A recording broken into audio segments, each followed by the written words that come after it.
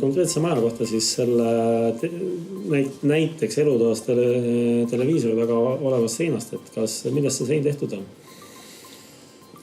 Antud ta on karkasssein ja kaetud siis kipsplaadiga oli seal. Ja ilmselt seal on ka mingi puidupõhine plaat all tugevduseks pandud, sest me näeme, et siin on päris korralik lameekraaniga televiisor riputatud seina peale, et see peab kindlasti olema siis tugevdatud sein.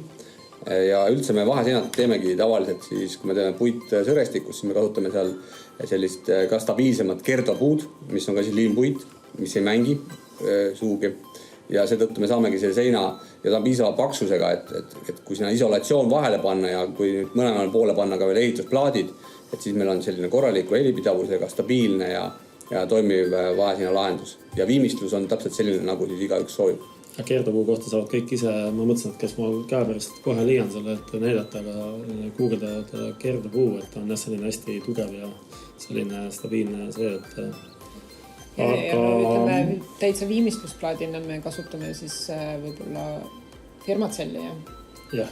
Et see ei ole ka nagu nii-öelda tavaline kipsplaat, et see on natukene jah, Fermacell on kiudplaat, ta on oluliselt raskem tavalisest kipsplaadist, ta on nii-öelda ökoloogiline, tal pole sellist kartongi liimitud külge, mis siis ka võib niiskuse käes valitama hakata.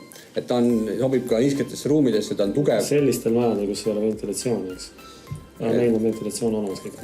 Igal juhul peab olema see plaat seal siis niiskust pidav või see sobib sinna keskkonda, et see Fermacelli plaat seda kindlasti on. Et seetõttu seda me kasutame ka. Tahtsin tegelikult selle küsimuse juurde öelda, et kui klient ju soovib, ta võib ka vaheseinat teha ju CLT-st, et siin ju meil ei tohiks takistusi olla. No ütleme, jah, põhimõtteliselt võib. Ja. Et no lihtsalt siin on mõningad küsimused, mis on natukene sellised võib-olla ka tehnilised laadi, et kui meil on näiteks pesuruumid ja sul on seal dušid, et sinna CLT sisse sa seda duši veetoru ära ei peida, et kas sa siis teed lahenduse, kus sul need on siis nähtavad või sa tekitad sinna teise kihi ikkagi katva kihi siis selle karkassi ja selle sama Fermacelli plaadiga. Et võib-olla seal on ka elektrijuhtmete vedamine vaheseintes, kui see on vajalik, et või siis blokiga saab ka ju teha tegelikult neid vaheseinasid. Jah, aga see on jällegi, ütleme, ajalises mõttes natukene töömahukam ja vajab nagu ka mitte puiduspetsialisti siis, et kes oleks hea käega blokiladuja. Just. Aga võimalused on, lihtsalt tuleb võimalused on, kindlasti ta teeb ka selle konstruktsiooni kallimaks.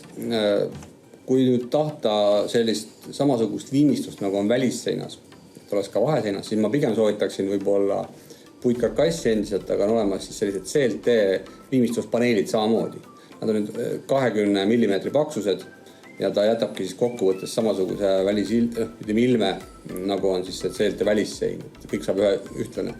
Hiljuti sai üks selline hoone tehtud ja jäi väga hea ja ühtlane viimistlus tegelikult.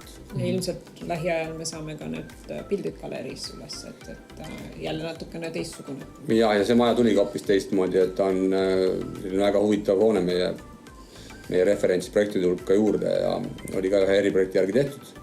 Ja seal oli siis massiivne CLT ilma siis soojustuseta. Ilma välise soojustuseta, jah.